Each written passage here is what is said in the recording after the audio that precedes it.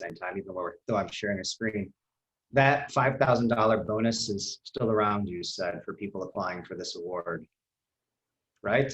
Yeah, yeah, 5,000 exactly. Yeah, and I wasn't even thinking about Fulbright because, at least for Ecuador, I think most countries, I assumed it was mainly for teaching instead of research. And I was more interested in research because I work in Ecuador and my Spanish is, well, Melissa gave me my Spanish test, I believe. I don't think it's that great, but I work in an indigenous language. So teaching in an Ecuadorian university wasn't very appealing to me. But then I found out, they would fund research projects too.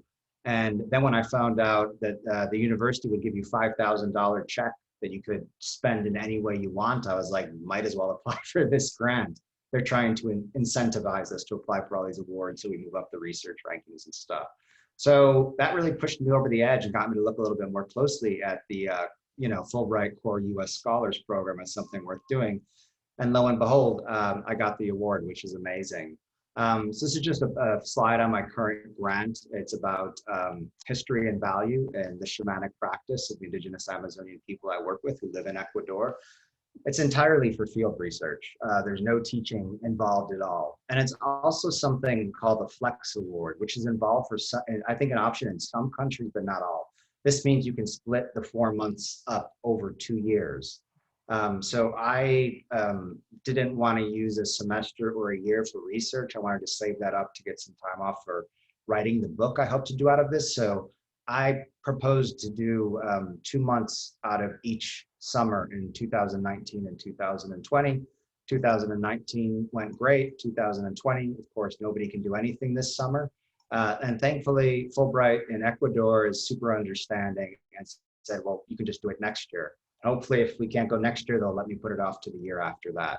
So that's a Flex Award. And it's nice because I also thought a Fulbright was only something you could do during the academic year because of the nature of it. It's about intercultural exchange and really getting involved with university students, cultural institutions, all sorts of stuff. In the summer, it's not so easy to do that in some countries where the academic year matches ours and Ecuador's does. So really check the country pages on the Fulbright page to see what's available in the country you want to work in or teach in or whatever.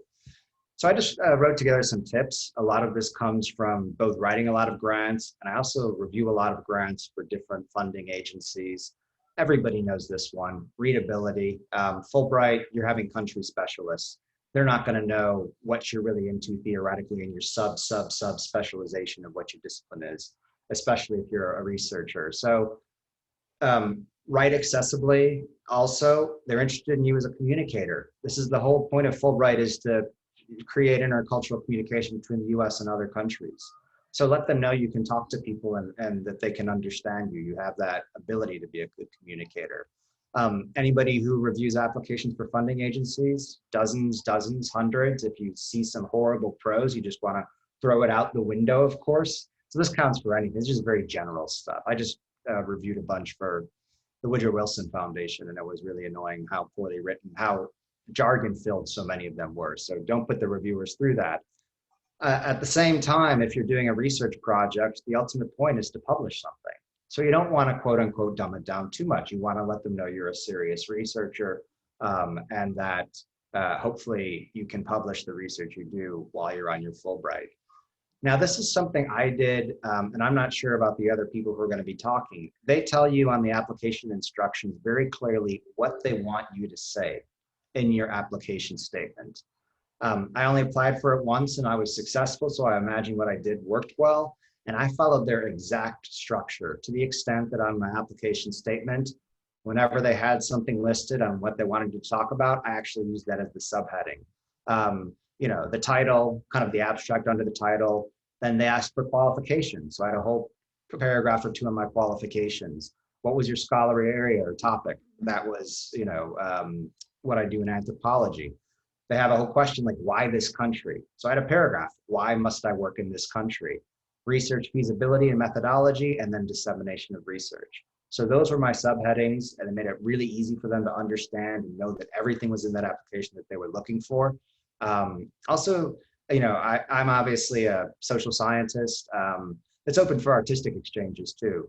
So gallery exhibits, all sorts of modes of dissemination are possible. It's just not papers and scholarly lectures and stuff. And I've also done some documentary films, which I proposed. I was already working with an Ecuadorian filmmaker when I proposed this, so that I think helped out a little bit too, showing my commitment to the country.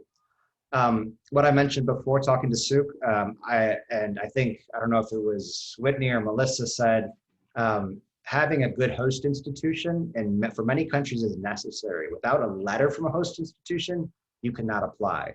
But even when it's optional, you should do it. That shows that you know a lot about the academic or artistic communities in these countries. You hopefully already have some relationships. And this last point is something I picked up because I was interested in the host institution in Ecuador, and they just said, hey, we don't do that anymore. We've had all these people who come and they say they're gonna mentor students and give lectures. They just use our letter to get the award and they do whatever the hell they want. So they're sick of people like that. They really want to be able to trust you and to show that you're really serious. So mine's in the summer. But I said, I'm going to give a lecture at least twice a year at the beginning and the end of the summer. I will lead colloquia, mentor students. We already have a memorandum of understanding between UTSA and the Universidad San Francisco de Quito, my host institution. So I could say I want to help to build up that. So those were very important things. They don't want to just be used. And you got to be really genuine and earnest about that, because a lot of first world academics, in my experience, do have those kinds of relations with their host countries. So broader collaborations outside of your host institution. Another important thing, if you're going to a country that's not English speaking, I said, I'm gonna, everything that I publish, I want to have, especially books published in Spanish, in the language of Ecuador, so the Ecuadorian community can make use of it. Luckily, my last book was published in Spanish, so I could say I'm already doing it. If you can write in these other languages, even better. In-country journals and stuff, really important if you can do that.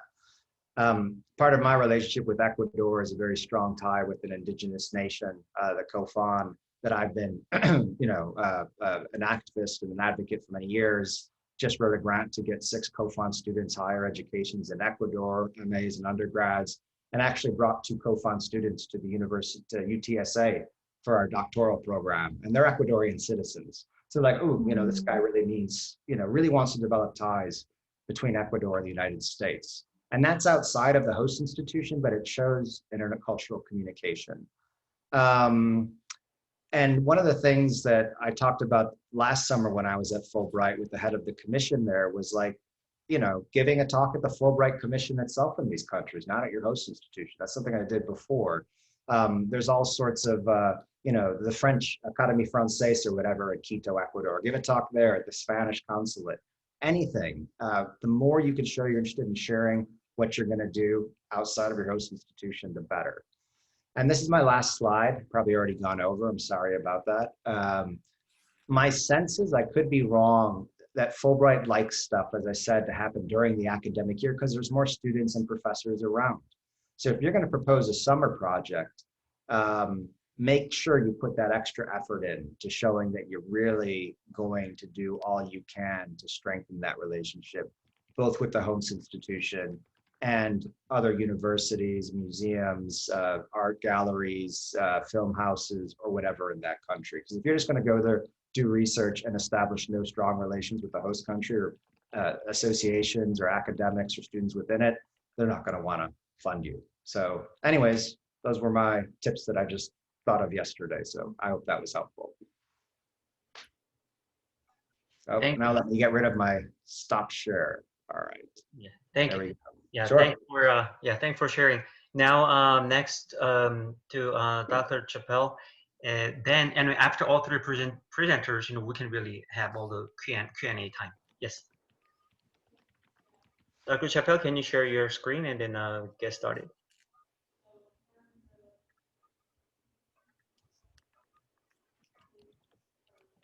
Oh, apologies. I had myself on mute there.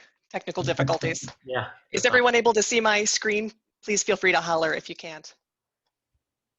Yes. Okay, wonderful. Thanks, Melissa. Well, hi, everyone. I am Whitney Chappell, and I'm an associate professor in modern languages and literatures. Today, I'm just going to quickly present my application experience for my Fulbright, which was in this past fall. But I'd be happy to, for example, if you're accepted, I'd be happy to share more about the actual experience, what it was like being abroad, and more tips I have about the experience itself. But let's go ahead and get started with the application. First, if you're here, you probably are already very interested in applying for a Fulbright, so I probably don't need to sell you on the idea. But just in case, let me tell you that it was a wonderful opportunity for professional and personal development. I learned a lot, developed some really wonderful connections and collaborations while I was abroad, worked with some fantastic students, and it was also a beautiful opportunity for cultural exchange. So I have a few photos here from my experiences working with students, presenting my research, going to little cultural festivals and trying Spanish migas for the first time, which was very fun. And traveling to other parts of Europe as well through inter-country Fulbright grants. So my particular program, it's, you know, I was worried that we'd all be presenting sort of similar concepts in this talk, but it actually seems like we're going to complement each other quite nicely because my program was quite different from Dr. Sipek's. Mine was a joint research teaching Fulbright at the University of Murcia in the southeastern corner of Spain. It was only a 3-month Fulbright, so the September through December term in the Spanish system. And at first I was a little disappointed that it was only going to be 3 months, but in hindsight, given the global pandemic, I'm very lucky that it was actually only 3 months. And they were specifically requesting a bilingual linguist to conduct linguistic research and teach and mentor graduate students at the university. And I thought, hey, that describes me perfectly. I should go ahead and apply and throw my hat in the ring.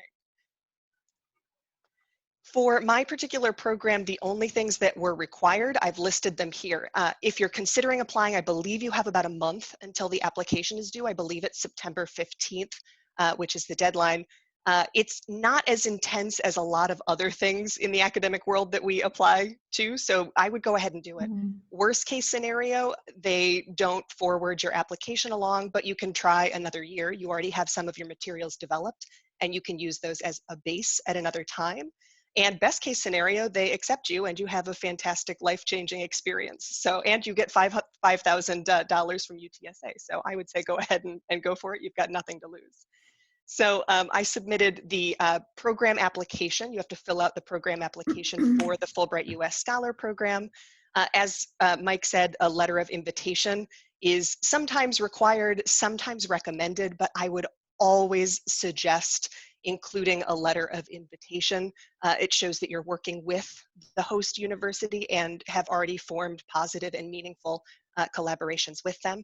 You have to write up a proposal itself, and I think this is one of the most important parts. This is where you show them exactly what your teaching would look like and exactly what your research project would look like. So for my teaching project, I proposed the classes that they wanted me to teach, right? Providing sample syllabi, which was another requirement of the application. And I also talked about the research that I would like to conduct, which was very central to the southern Spain context. So there have been large waves of immigration from South and Central America in recent decades. And I was very interested in perceptions of immigrant voices. So I created an experiment that would evaluate potential linguistic discrimination among Spaniards, which I'm biased, of course, but I thought it was a very interesting project. As I mentioned, you need your 2 sample syllabi, a very short CV, it wasn't too long, letters of recommendation, and for certain programs, you may also need someone to evaluate your foreign language skills. So I had 2 external evaluators provide an evaluation of my ability to teach in Spanish. So how did I get started with my application process? Well, the first thing I did is I talked to colleagues. My wonderful colleague, Melissa, had an amazing experience in Finland, which she'll tell you about in just a minute. And so she'd gotten me very excited about the idea of a Fulbright. And she also even sent me this particular program saying, hey, this looks like it was written for you. So it was very enticing to apply, to say the least. At that point, I started doing a bit more research. So I thoroughly researched and compared existing programs in my area. If you go to the Fulbright page, you're able to look for your subject area and see all of the countries and all of the different programs that are looking for somebody potentially with your area of expertise. So these may be very broad requests or they may be very narrow requests. And it's my understanding that the more specific the program is to your area of interest, the better chance of success you have. Otherwise, you may be competing with dozens or hundreds of other scholars in very different fields for a single or for a few Fulbrights. The next thing I did is I reached out to the scholars at my host university, the director of the program, and other individuals related to the Fulbright program. This allowed me to form connections with them and really better understand what their university is like, what their program is like, and what they were looking for in a Fulbright scholar. And then I worked on developing my teaching and research proposal that would serve two purposes, of course, the selfish purpose, advancing my own research agenda, but also contributing to that host university vision, what they would like this Fulbright to accomplish. My advice for you as you get started is the following. The first thing is to, if you haven't already and you're interested in a particular program, having done some research, reach out and talk to members of the host university before you apply. First of all, it builds knowledge and understanding. Maybe you're applying to a program that isn't a particularly good fit, to get a better sense of what sort of collaborative endeavors they might be interested in. I think it would be a very productive conversation and help you better understand what you might be getting into. This also may help your application sort of float to the top in the application review process. It depends on the country, of course, but in Spain, connections and relationships are very, very important. So having established those connections and having that name recognition, I think did help me in the review process. It can also help avoid cross-cultural misunderstandings. I know that some Americans might be shocked to hear this, but our system isn't universal. It's not everybody's system. So you may have quite a bit to learn about the way in which classes are managed in the, at the host university, or what sorts of research expectations they might have at the host university. So I think it's smart to have an idea of that going into the application. The second piece of advice I have is to tell your recommenders exactly what the host university is looking for, which allows them to hone in on the key qualities that the host university is probably looking for to strengthen your application. Also, make sure that your proposal is tailored to your research and teaching context. I get the sense that more general proposals that are really more about advancing your own research interests but don't have anything to do with the research context you would be in are less likely to succeed, right? So if it's linked in some way to Ecuador or to the south of Spain or to the scholars that you would be working with, I think that that would be very helpful as well. Another optional piece of advice, I did this and I found it immensely helpful, was to track down and talk to previous winners of the Fulbright that you're applying for. It would really tell you what your life would be like during this period that you would be abroad, what's expected, what things you might not foresee, but should be aware of going into the project. And another thing that you could try to do is to strengthen your online presence. If people are doing a search for you without knowing you, would they find helpful information about your scholarship? Would they find a strong online presence to allow them to gauge if you're the right fit? So I know that we're doing questions at the end, but I would be happy to answer any questions anybody has about my program, and I'll turn it over to Melissa for now.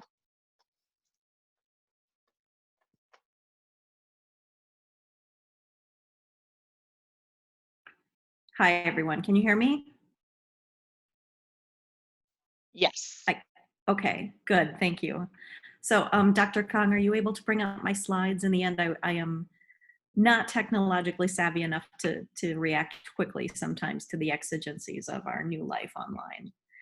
So, Dr. Kong, I can't hear you. Sorry. I think you're muted. I muted it, sorry. Yeah, so now I'm going to post one Google Sheet link. Then please add your name, and just in case they like email, so that I can just send that video recorded file or the PowerPoint files later after the webinar. So I'm going to share Dr. Wallace PowerPoints. Now I think this one.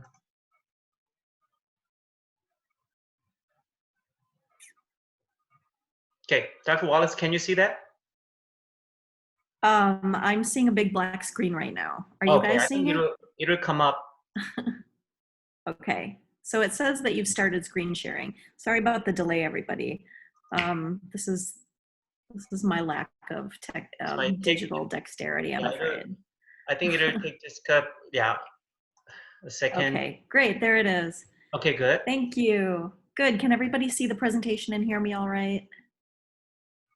Okay, I'm seeing heads nodding. So first of all, thanks to Kolfa, thanks to Dr. Kang for organizing this. I think as you can tell from my colleagues, we're all extremely excited about Fulbright and about the opportunities that we've had to grow professionally and personally because of it.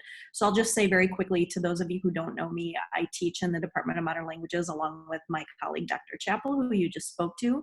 I work in translation and interpreting studies in the Department of Modern Languages, and I'm also the GAR for the department right now.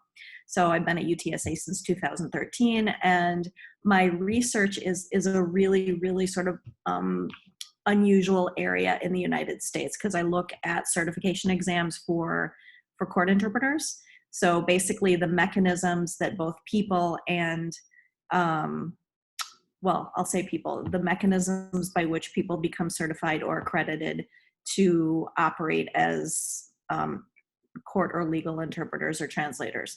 So I'll go to the next slide, Dr. Khan, if you don't mind. Thank you. So my award was, it was fancy, had an official name and everything. It was called the Fulbright University of Tampere Scholar Award, and I got it for the spring of 2016.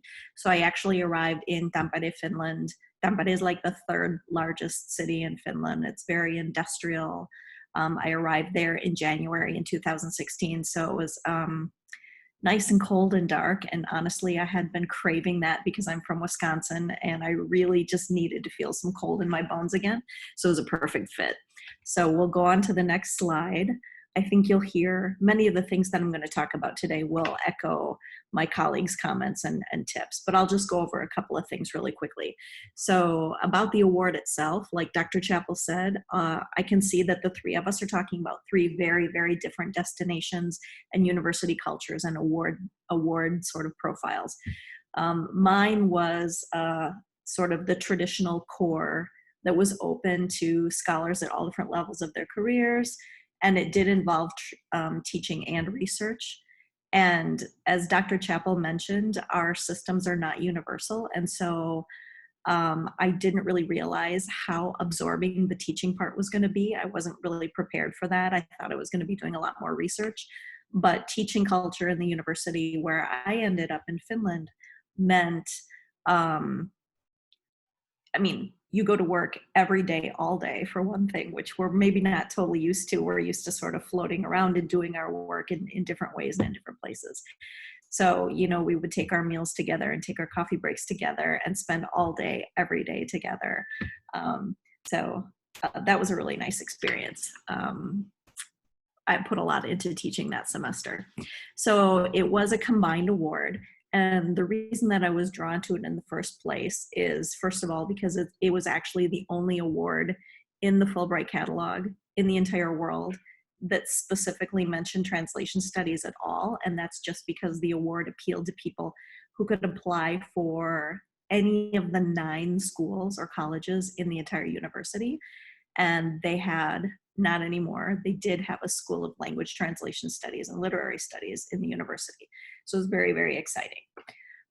Dr. Chappell talked about, she mentioned her project statement as being something that was very key, and you'll see that that's something that I'm going to spend most of my time talking about. My project in particular was called the Transposition of Directive 2010-64 in Finland and its impact on university level court interpreter training.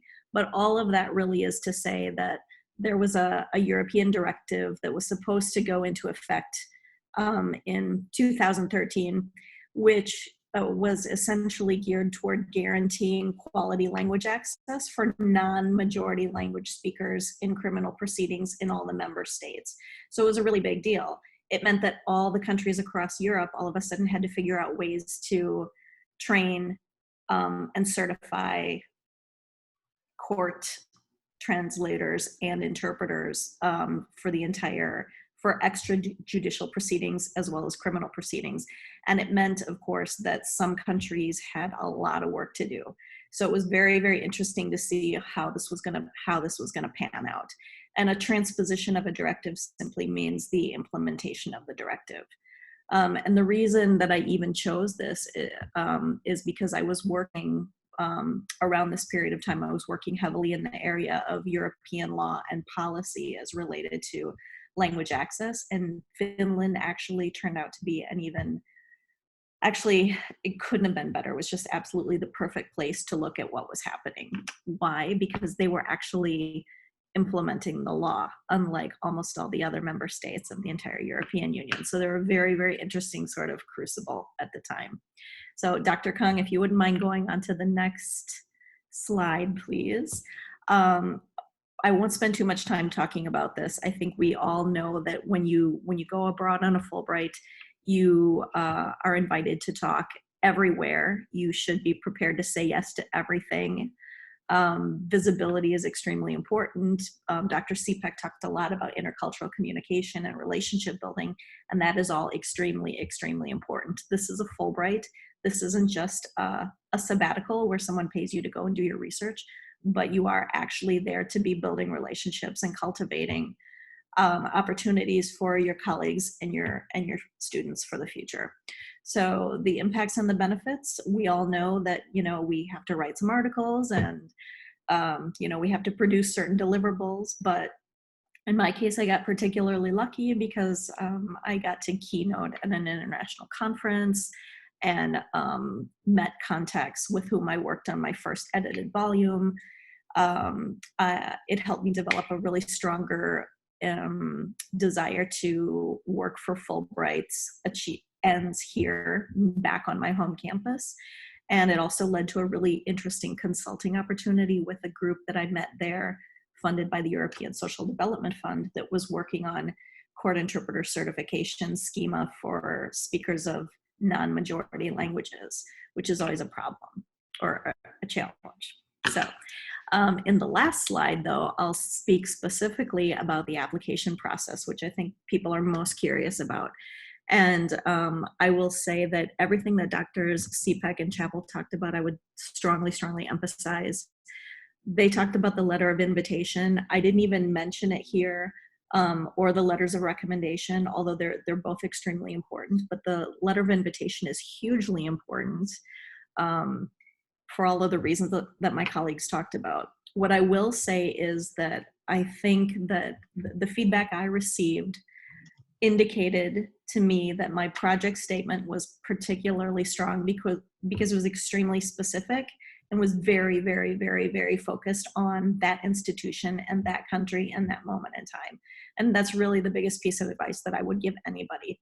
So first I talk about, in order to do that very successfully, I think it behooves all of us to really know the area and to know the work of the scholars who work in that area. And here, of course, by extension, in my case, I had to figure out also what was happening in Norway and Sweden and to some extent Denmark, as well as Finland, because it's such a small sort of area and scholars are very closely tied together.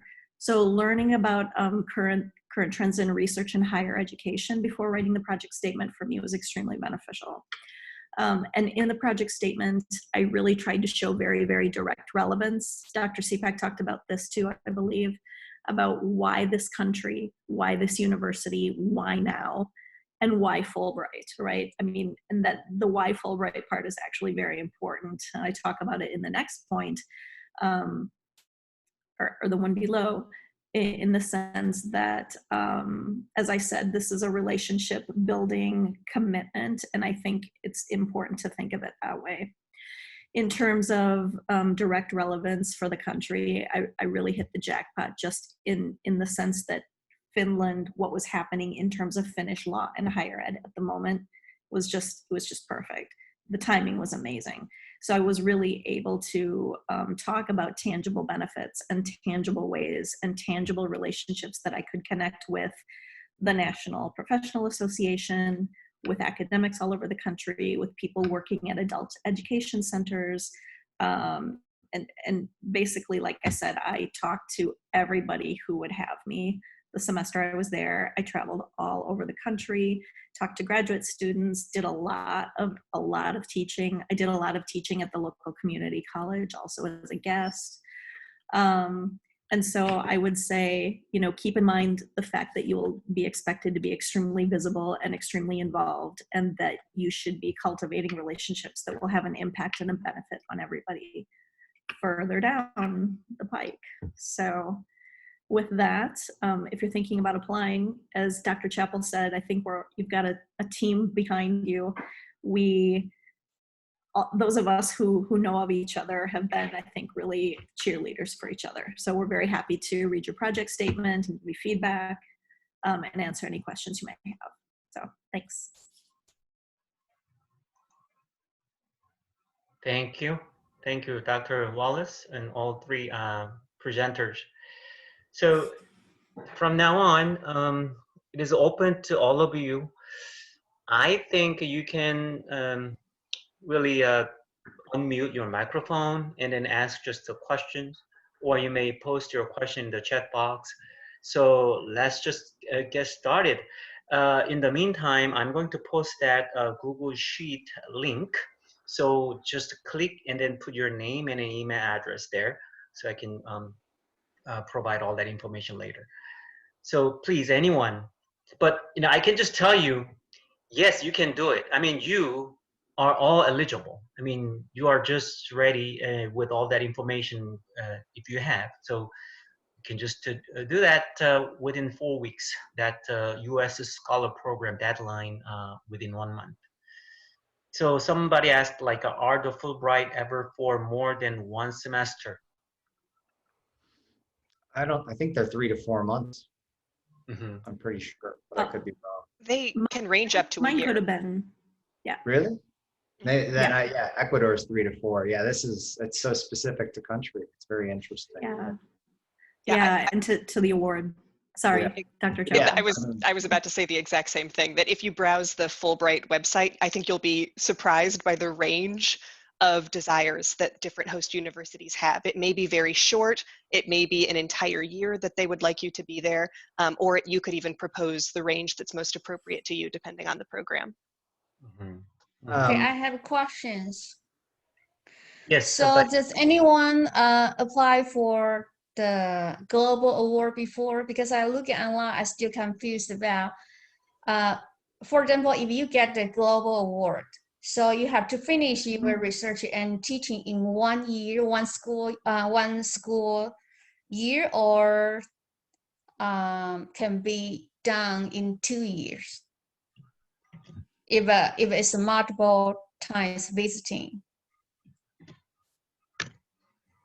So global award, like Yeah, because according to the requirement is okay. Some of the country ask you to go next September 2021 September, and you have to finish by May of 2022. But is it possible can finish by 2022 December, which means it is allowed to finish in more than 1 year? Not only.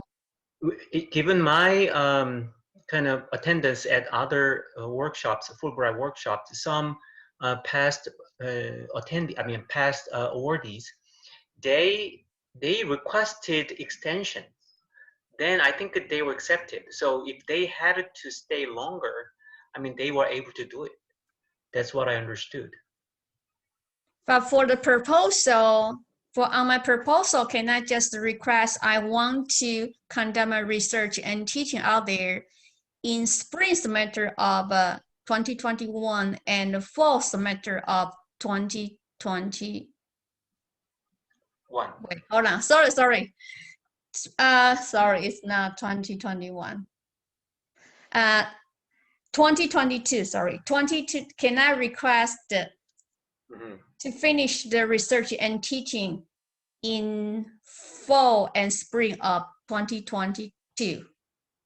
If I apply for this global award this time. So Liang, if I may, normally these things are described very clearly in the catalog. So each award will give you a really clear timeline. At least in my case, everything was crystal clear. And there was also a name of an in-country Fulbright person that you could contact. And the times that I did that, I was very successful in getting responses right away. Yeah. So I hope that helps. Yeah. So that the timeline will be decided by the host university or the U.S. Fulbright the committee. It will probably say that in the award description, I'm guessing, and they'll ask you to include it in your proposal.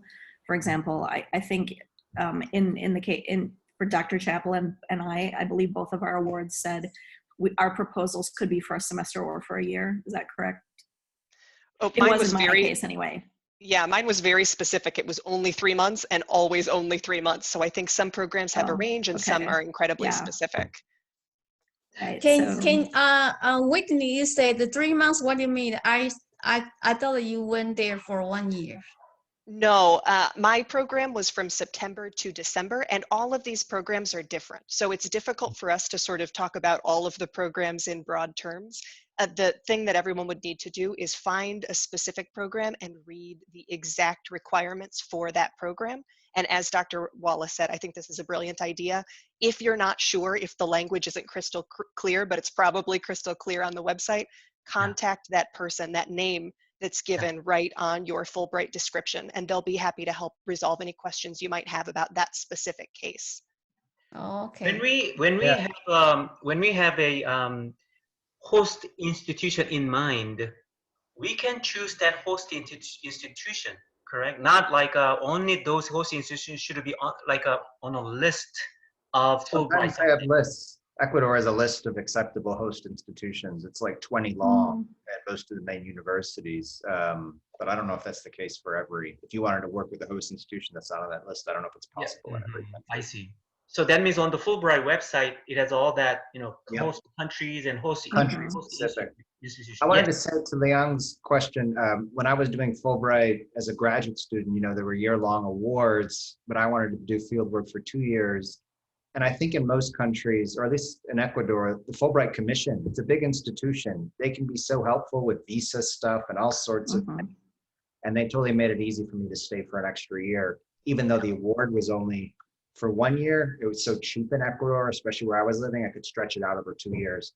And they were fine with that. But that's something you got to talk to the people about. Exactly. You got to write to that person, the contact person, explain the situation. It might work, it might not. It depends. Thank you. So about the research. So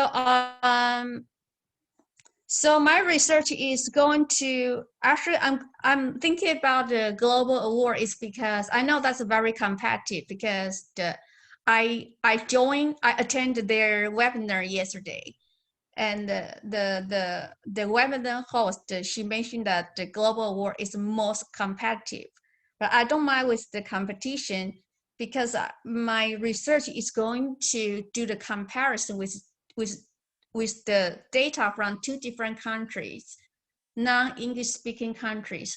So I want to ask you a question: is it better if I finish my pilot research first and use that pilot research result to apply for this Fulbright in order to collect more data to do comparison for extended research? What do you think?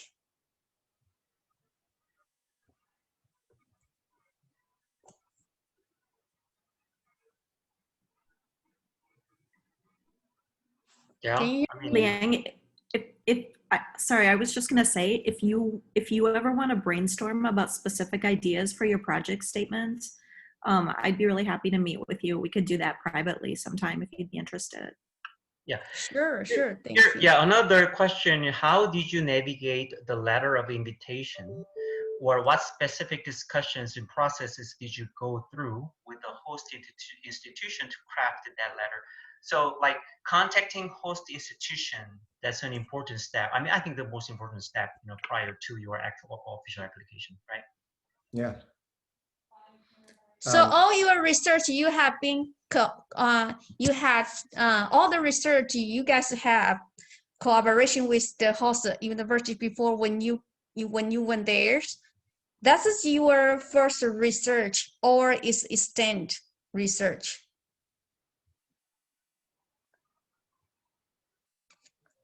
Yeah, I mean, The first hand or actually is the continued work from your previous research? That was the case for me. I knew people there. I mean, Ecuador is a tiny country. The anthropological community is tiny. I had actually studied abroad as an undergrad at the host institution that sponsored me.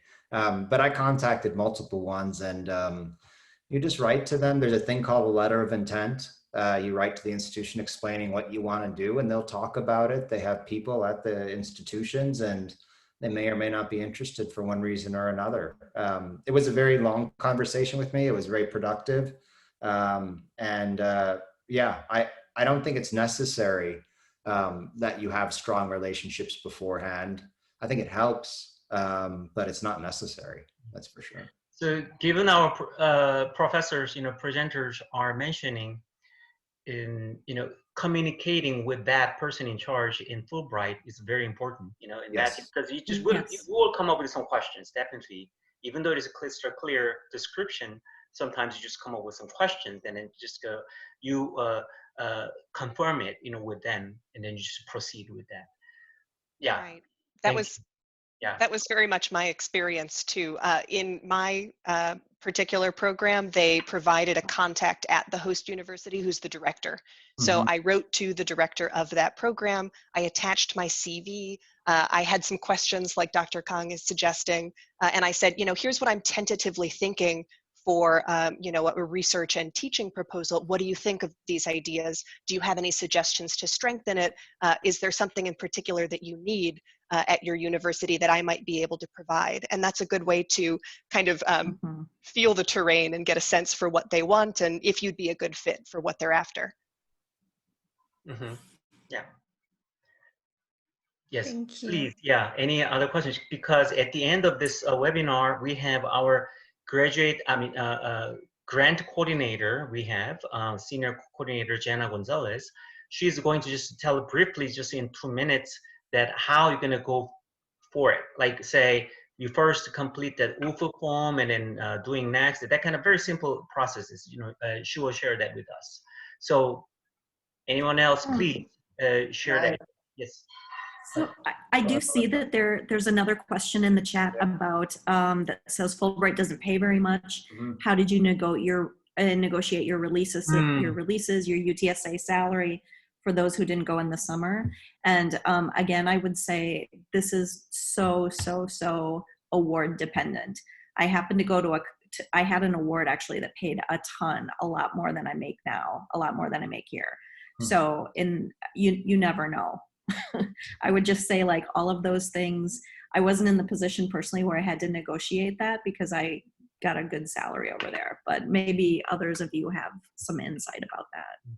I just wanted to say about that too. I don't know if you picked it up here. I don't think there's much wiggle room with payment, but one of the great things about Fulbrights is you don't have to put together a detailed budget. It tells you like how much you'll get per month and how much they'll give you for buying equipment and books, and they'll arrange your plane tickets and everything. It's an extremely simplistic application process compared to a lot of different ones, which are gigantic budgets and itemized. There's nothing like that in my experience for Fulbright. And I want to say too, something else that hasn't been mentioned yet.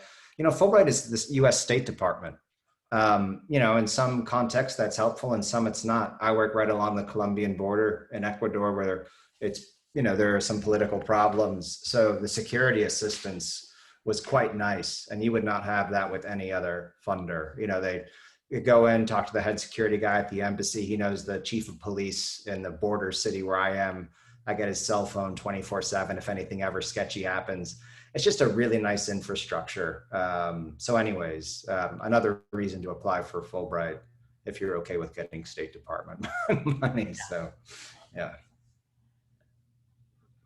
I had a question about the research grant in particular.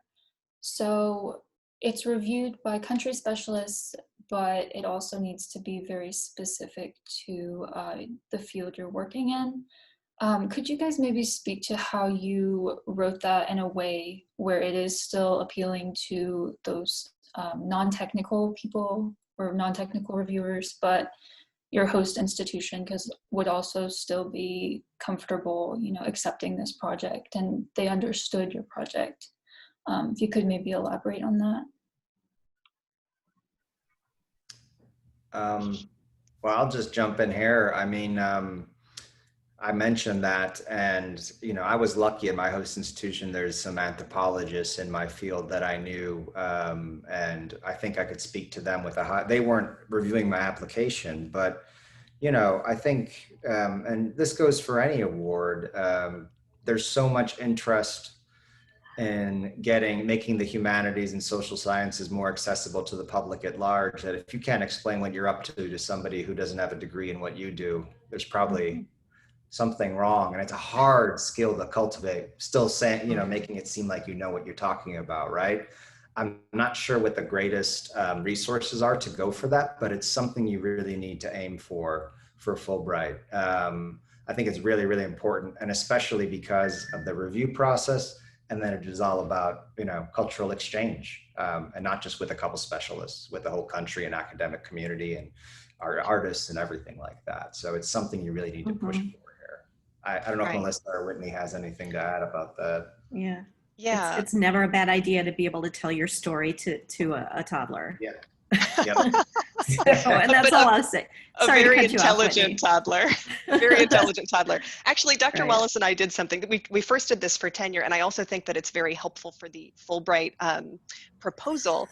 If you have scholarly contacts at the university, and I'm sure we all have friends that are not in our specific field, that's sort of the perfect target group for, is my proposal clear and understandable for somebody who doesn't do exactly what I do, but is it still high quality enough to seem academic and seem professional and seem like, you know, we'll actually be able to get some publications out of this. So if you have friends across, you know, your college or across the university who wouldn't mind playing a role in your focus group, you could send them the proposal and ask them, you know, are there any jargony terms in here that you don't understand? Or how could I improve based on your experience? And I think that's a great way to target the right sort of audience.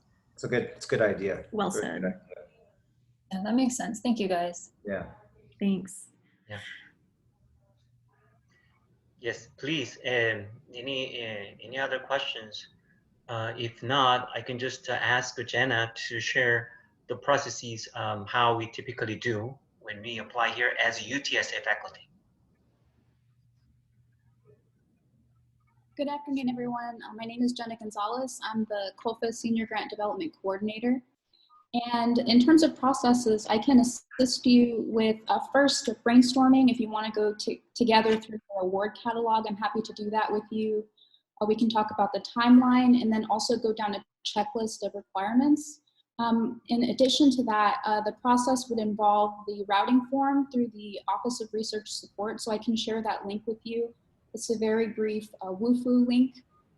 It's just a form that would route the scholarly award that is associated or affiliated with your project. So once again, I can set up one-on-one meetings with you. I'm a non-technical reviewer, so I can take a look at your narrative and provide you with any type of feedback. And I'm available to assist you, and I'm happy to help. Thanks so much. Great, thank you. Yeah, so first to check with the Fulbright program, the link, you can see that. And then see those host institutions, and then get their approval, certain kind of notification together. And then once confirmed, you complete that UFU form. It's easy to find that, just to Google it, UTSA UFU form. And then you will get contacted by our RSC, Research Service Center, pre-award office. And then after that, you will complete the entire UTSA process in CAIUs. Then once that you get that all the process done, you go to that Fulbright and apply. So 4-week kind of time frame I'm sure, I mean, as all our professors mentioned, that I think that will be kind of sufficient time. Yeah. And if you don't get it done this year, you're ready for next year with tons of time, but you might as well try. I think you can, I don't know if anybody else knows, but I think you can apply every year if you don't get it. I'm not sure if there are any rules about that. So why not give it a wing, you know, a shot? One question that I have dealing with the COVID, because I would go to southern Mexico or Guatemala because I work on the border, and I know that they have, they basically, because I've been in touch with people at an institution I'd like to partner with, and they're like, they're not sponsoring anybody until there's a vaccine.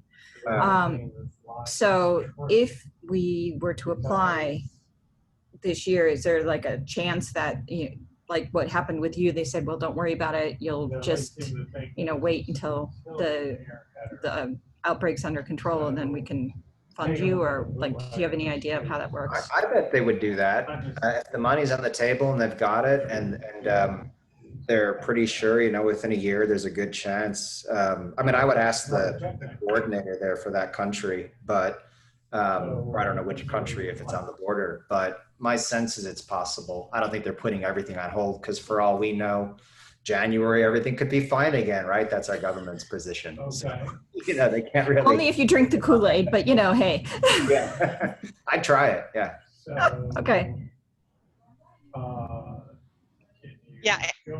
And I also wanted to add, speaking of the applications, if there's any risk for applying, I know that the Fulbright program gives preference to first-time awardees. So if you haven't been given an award before, you're more likely to get an award than somebody who's reapplying after already having gotten a Fulbright. So it's definitely worth giving it a go. Is this the header tie-in? Look, that's what it says. So this is the header tie-in.